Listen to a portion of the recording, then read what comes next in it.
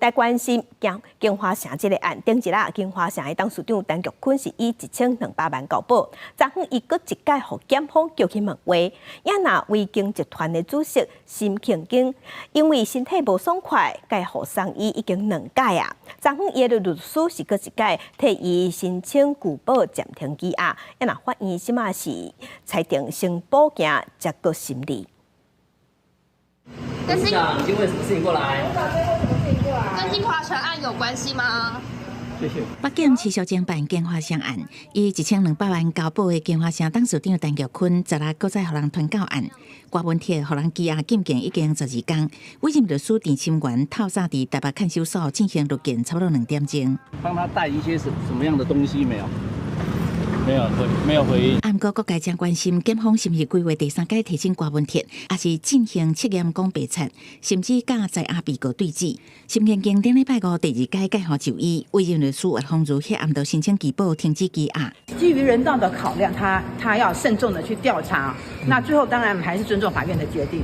法院昨来表示，因为申请拒保的羁押增加律师签名，无审检经的签名第一人，爱伫7天内保证了后再搁审查。是来补签名的吗？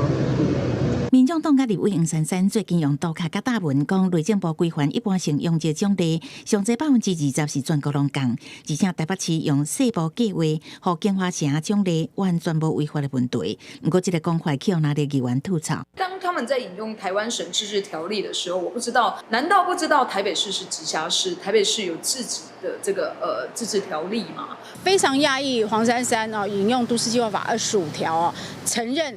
当时是市政府主动认为，金华城的土地有必要帮他修这个计划。这句话是自证图利而且自证有罪而且一句话把公务员给害死了台北市政府收到了厂商业者的陈情，依法来进到了都发局跟都委会研议跟审议。那这些也都是依法办理，并没有主动或被动的问题。议员洪建业点名前台北市市政顾问蔡碧如是金华城案稳重办人物，蔡碧如对这件代志是正式负认，并表示要伫18提告。若是北检为着自称昏暗侦办泄露秘密，已经传5个记者到庭说明，并发声明讲相关的报道甲卷证有一寡无符合的所在，消息来源拢毋是公务人员，侦办团队无泄露秘密甲侦查内容。